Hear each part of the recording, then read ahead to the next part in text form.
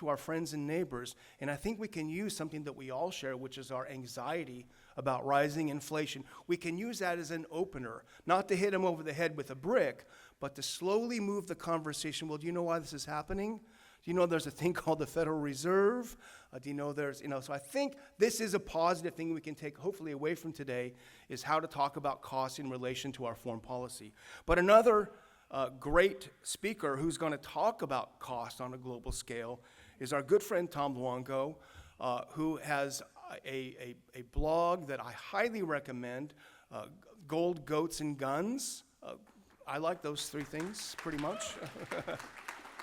You'll see him on Lou Rockwell's website. You'll see him on Zero Hedge. He springs up like mushrooms because he's got very insightful analysis, and he looks at the bigger picture, and that's why we really wanted Tom to join us and give us the bigger picture. So please welcome Tom Luongo.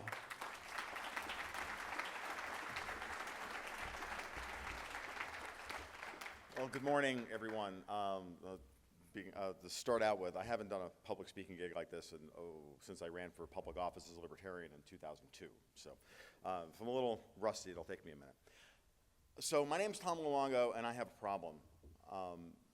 I'm an avid board game guy. An addict. I love board games. And geopolitics to me is a big, well, we like to model geopolitics as a game because it's one of the ways we can narratively get a grip on what's happening out there, right? And the game that we tend to try and model is chess. We all know how to play chess. Many of us have played Monopoly. Many of us have played, maybe even played Risk. But you've never sat down and played a really heavy-duty political game. Whenever you take a game that's more than two players, it's all of a sudden becomes an intensely political thing. Great game designer Richard Garfield has always said that once you get a third player at the table, it's now all of a sudden a political game. It's no longer a pure game expression. It's no longer a pure conflict between one side versus the other. And chess is a very interesting game, and it was created by the Iranians and perfected by the Russians, FYI. So I always find that very interesting when I think about that, right? The Iranians created this brilliant game, but chess is a goal-oriented behavior game, right? It's a very specific type of game. And game theory and game design is a very important thing to me because it's what allows me to do the systemic analysis of what's happening around the world. And I've been playing games my entire life. So when I look at chess and I look at the arc of a game of chess, the goal is, of course, capture the king, right? And so it's just an existential fight between two groups, black and white. Whose king is going to get captured first? And it's a very good metaphor for trying to figure out what's going to happen when this guy fights that guy. But that's all it's good at. It's not good at anything else. So during Daniel's opening remarks today and during Scott's remarks, Daniel touched on the fact that that American foreign policy establishment doesn't understand Russia. Scott just touched on the fact that the American foreign policy establishment also doesn't understand the Chinese. So when I sit down to try and explain geopolitics and I try to look at the world and I try to create a narrative that I can communicate to the world what's going on out there. There's all this noise, there's all these headlines. What does it all mean? What does it reduce down to? What's the big takeaway? Because that's what we all need in order to get through our days, because we're all just really too busy to keep up with all this stuff on a daily basis. We have to go out and do the world. We have to go out and do our thing to make enough money in the world to feed our families and all the rest of it. We don't want to spend all day trying to parse all these disinformational, malinformational headlines that we get on a daily basis from the British tabloid press, from the American press, and from everybody else, right? So what do? We can't be too reductionist about things and distill everything down to a two-player game. The West versus Russia, the West versus China. Because it's not that. The better way to look at this is the ancient Chinese game of Go. Go is the game that defines geopolitics. And worse than Go is the fact that geopolitics actually isn't a two-player game of Go. It's a seven-player game of Go. Now, I want you to wrap your brain, if you've never heard of it, if you don't even know what Go is, I'm going to take just a minute or two to explain so that for the people in the audience who don't understand what Go is the original area control game, right? If if chess is the ultimate game of goal-oriented behavior, I want to achieve this specific thing, how am I going to go about doing so? Go is the game of soft power. Go is the game of where black places a token over here and goes, yeah, I'm gonna place an aircraft carrier off the coast of Taiwan. Well, I'm gonna respond by putting missile systems in Poland. Well, I'm gonna pay Bill Wang to build up Archegos Capital to have it explode one day and blow up JP Morgan's hedge book. Well, I'm going to do this over here. Well, I'm going to not increase, I'm OPEC, and I'm not going to increase oil production, right? But the problem with looking at this is that when Go is played properly with people who understand how the game is played, and you have two people with vastly different experiences. And by the way, I'm a miserable chess player, and I'm a miserable Go player. And the reason is that I don't have the time or the patience to actually devote my life to the lessons that these games can teach you. But they are games that can teach you a tremendous amount about human behavior and about the world, if you are willing to literally devote your life to it. And I know those of you who play chess, you know exactly what I'm talking about. So Go is that game of trying to place assets in play and keep them in play. And it's a very simple game, right? It's just a grid of horizontal and vertical lines and black and white stones that you place at the vertices of the spaces on the board. And here's the main rule, ready? That asset gets to stay in play, that stone gets to stay in play as long as you can trace a degree of freedom, an open connection to the board or to another stone of the same color. The minute those stones, those white stones, for example, get surrounded by black stones, all the white stones get captured and go away. Now, if you don't think that that's what geopolitics is all about, that's what we're doing on a daily basis. Every one of these headlines you see, every specific piece of information that Daniel talked about, Scott's talked about, and I'm sure that Lou and Dr. Paul will talk about, are going to be moments of that. To me, these are all just stones hitting the table every day.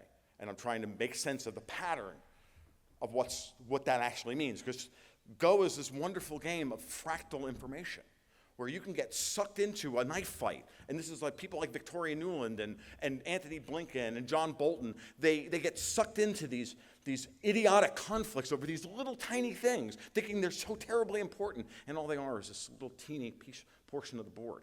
And you're fighting intensely and killing people, thousands of people around the world, for what purpose? Oh, well, I needed to take that little piece of territory and create a permanent structure that allows you to hold on to that little thing there, because their need for control is so unbelievably ingrained into their being that that's what they do. But then you take a step back. You're like, well, that doesn't mean anything, because you're getting surrounded by all these other things in the process, and that whole formation is going to get wiped off the board 20 moves from now. And then it's going to pull back even farther. And so the whole purpose of the game of Go is to slowly but surely place soft power tokens all the way around the board to create a fractal pattern that eventually resolves very quickly into, well, I've controlled this portion of the board, you control that portion of the board, I've got this, we're fighting over these 5 stones in the middle, and I'm going to win by 5. The master player versus the novice player puts 25 or 30 stones on the table and goes, oh, that's the moment where you're going to lose. So, and you're going to lose because this stone is in the wrong place. And that means that at the end of this, if we fight it all the way out, I'm going to win by about 7. In reality, he's going to win by about 30, because this is a very Asian game about saving face for your opponent, right? Again, we don't understand China. But we can learn a lot about a culture's ideas from the games they play and the games that they've developed. Go is a 4,000-year-old game. So I've been saying for over a decade, since I first started writing for Newsmax a decade ago, that geopolitics is a game of Go where the Americans in the West, they don't understand how to play this game. And the Russians and the Chinese are playing Go, and they're putting tokens in play, and they don't care about what happens right here in this little moment in Syria, and we have to protect the Al-Bukamai border crossing to keep the Iranians from bringing in resupply to the Syrians in Italy. But what are you getting involved in that for? We're going to make a commodity-based SDR that the Eurasian Economic Union is going to use as the trade settlement currency for all of Central Asia. And we've been building that for the last 10 years. Or in December 2016, Sergei Lavrov, the Russian foreign minister, puts together a coalition of diplomats to go to Afghanistan, to sit down in Kabul and get all the Taliban heads together to lay the groundwork for the reversal of Afghanistan, of the Taliban, after the Americans leave, saying in December of 2016, they put Pakistan in charge of the talks, leaving the Indians out because at that moment in time, the Indians were on our side. And so the Indians were angry about this, but Sergei Lavrov led a coalition and the Pakistanis started the talks and laid the groundwork for the disastrous pullout of Afghanistan. 5 years ago, I knew this was going to happen because they laid those stones and they put those assets in place and they created a formation that on a go board can't be taken off the board. The Russians have built an economic fortress around their balance sheet that is impregnable because, well, I watch the Russians run their thing, and as a good Austro-libertarian, I'm like, oh, look at that. They have no debt. Trade surplus, selling commodity goods to the world. Like we're gonna get rid of all our dollar-denominated debt. We're gonna make ourselves impervious to sanctions because the West is spending all this time trying to put assets in play that will give them the ability to declare other people persona non grata in the one area of the world that we still have tremendous control over, even though slowly but surely the Russians and the Chinese and others have been slowly degrading what looked like fortress areas of the board that they controlled and that were impregnable. But in a 7-player game of Go, where the Chinese are the red tokens and the Indians are the purple tokens and the Saudi Arabians are the yellow tokens, all of a sudden, what are impregnable fortresses in a 2-player game, because it's you go, I go, you go, I go. Now it's you go, he goes, then he goes, and then he goes. All of a sudden, none of those formations are permanent. All of a sudden, none of those formations, those pillars of power that Davos or the European Union or the White House or whomever you're talking about, 10 Downing Street, the British Crown, pick your personal conspiracy group of choice, Club of Rome, UNESCO, George Soros, doesn't matter, pick them all. Like, all of their power structures are slowly degrading because these other players have been allowed a seat at the table, putting their assets in play, creating soft alliances with each other, because once you're into a 3 to 5 or 6-player game, now all of a sudden it's, hey, if you don't attack my stuff over here, I want to attack your stuff over there. Yeah, we can do that. For how long? 5 turns? Yeah, okay, that's cool. I've been in games of diplomacy where I've lost friendships for years because I set things like that up and then went into the back room and stabbed everybody in the back and won the game. And then I had people just like look at me going, dude, like that was cold. Yeah, but the goal of the game was to win, right? I thought that was the whole goal of it. Well, when you look at geopolitics and you realize we're able to do that as men under a low-stakes environment, and this is why games are important, because they give us the opportunity to get all that aggression out without actually really hurting anybody, without any real, actual, honest-to-God human cost. The problem is we have people who think that they are invaluable to the world who are willing to do that with your lives, my life, my daughter's life, your children's lives, your grandchildren's lives. And so that's the world we live in today, and they honestly believe that the world would not function without them. And this is why they spend all this time wasting our time running around, forcing us to put stones on the table to defend and get involved in these idiotic knife fights that are a waste of our time. I wish that I didn't do what I do for a living, that I had to go out and get a real job producing something of real lasting value. I'd rather be a goat farmer than do what I do. And I think many of us in this room feel that way because we know that it's honestly a waste of our human capital to do this, but we have to figure out ways of disseminating the information to allow somebody else to go out and continue to build civilization in the face of those who want to tear it down. So where are we today? Scott's talked about the inflection point. Daniel's talked about the inflection point. I was listening to their talks going, I hope they don't cover all of my material. And really, it became obvious to me that we are at that moment. Because the way I see the board right now, metaphorically speaking, is that a two-player game of Go should end. Eventually, we'll produce stable structures that if the other players play into the other person's area, it'll just capture the stones, and it'll just perpetuate itself, and all you're doing is raising everybody's score, but you're not changing the outcome of the game. Black's going to win, or white's going to win, or whatever. In that big 7-player game I'm talking about, this can go on forever. Geopolitics doesn't end. The king is never captured.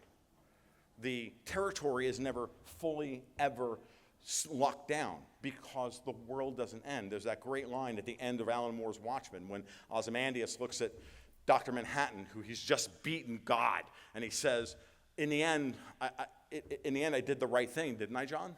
John Osterman, Dr. Manhattan. And Dr. Manhattan, the man who can literally see all of time as a tapestry, says, no, Adrian, nothing ever ends. This is the problem, the hubris of the people that we're dealing with on a day-to-day basis. I wanted to give a high-level talk today because I knew that other people would do a much better job of digging into the details. I wanted to remind everybody that the best way to look at this is you have to, I'm shaking doing this talk this morning because I'm so unbelievably worried for the future. I believe we've reached that point where the game board is a morass of all of these different tokens of different colors, and if the next person puts that stone on the table, that it's going to start breaking down all the metastable structures, and the whole board is going to just implode, and it's going to create a cascade effect that is catastrophic, unless, as I said earlier, I've had many a board gaming experience over the last 40 years, literally playing some of the greatest political board games ever made, where I've looked at the board, everybody's, and I go, you, and you, back room now, we need to talk.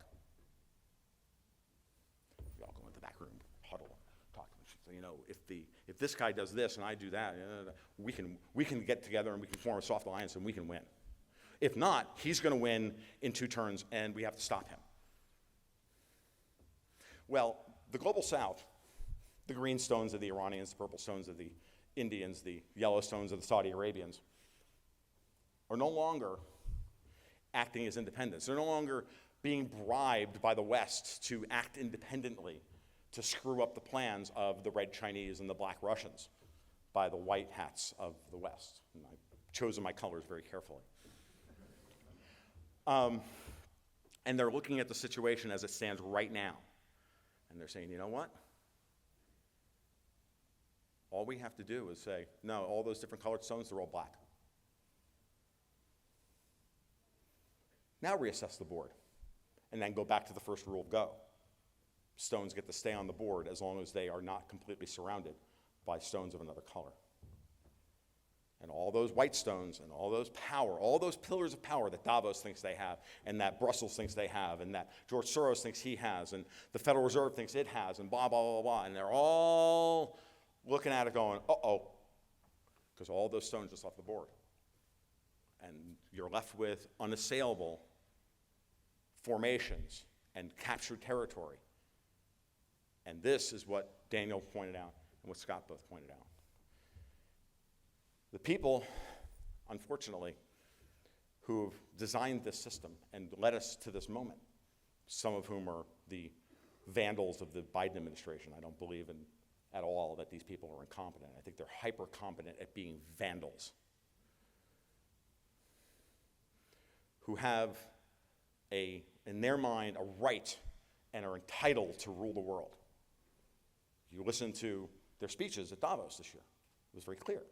I've never seen George Soros give a talk and look so scared. Did anybody else notice this? I did. I've watched a lot of George Soros' speeches. They make me sick to my stomach. It's like showing up for jury duty and having to stand around and be surrounded by authoritarians all day. It literally makes me ill, physically. Watching George Soros makes me physically ill. But this year, there was a little bit of hope because he was scared. Because he could see what's going to happen.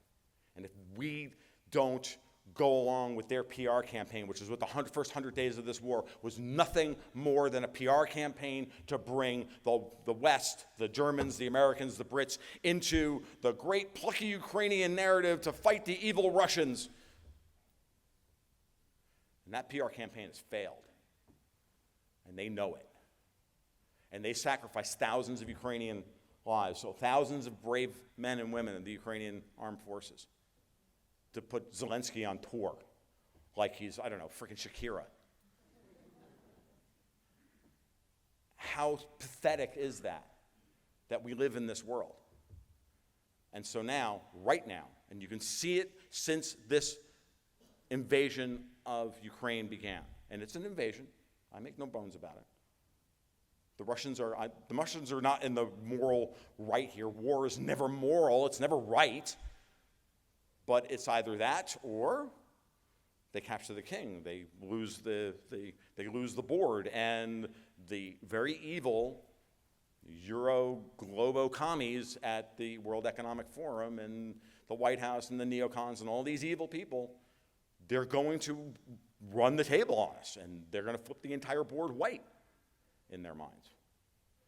Or are we going to let that happen? So the Global South has they've been yelled at. Don't go in the back room. Don't talk to each other. You go talk to each other, we're going to sanction you. We're going to take you out of SWIFT. We're going to do this to you. Oh, by the way, if everybody doesn't understand this, Erdogan in Turkey, he has a special player power that nobody else has. On his turn, he gets to place either a black stone or a white stone, depending on whether it's any given Thursday. That guy is awesome. From a game theory perspective, Erdogan is like one of the greatest games players of all time. He's a lunatic and a freak, and he's horrible as a human being. I'm like horrified, but the game player in me is going, dude, well done. Like, it's seriously, like, you play the game well. I have to golf clap here. It is what it is. And we can see that moment, and everybody's saying the same thing. Don't go in the back room. Don't cut the deal. Because if you do, we're going to do this to you. And no one is finally scared of going in the back room. Because they understand that if they don't do this now, they're going to lose everything. The European Union just put out their 6th package of sanctions the other day. Great fanfare. We are going to cut off 90% of our imports of Russian oil by the end of the year, or by 2024, or by, 2030, or whatever it is. It doesn't really matter. At the same time, you could find a headline saying the Biden administration called up Mohammed bin Salman, the crown prince in Saudi Arabia, and said, you need to pump more oil. Like, really, how dumb are the Arabs? They can't hear this? Like, we hate oil and we want the world to get off of oil by 2030, but we also want you to sell us more oil so we can take the Russian oil off the market. Like, no. How about no? And how about no? And how about a whole lot of no? Well, they haven't done it, and that's the thing. And they're not going to do it, because OPEC is stronger now than it ever has been. And do you know why OPEC is stronger now than it ever has been? Because the Russians, over the last 8 years, have solidified their control over OPEC by giving everybody what they want and explaining to them that if you don't band together now, these people are going to destroy you. It's kind of like Lawrence of Arabia in reverse, right? Uniting the Arab tribes to fight the British, not fight for the British. It's fascinating. I love watching this play out. And I hope that, but the thing that bothers me more than anything else is that conference in the back room is happening right now.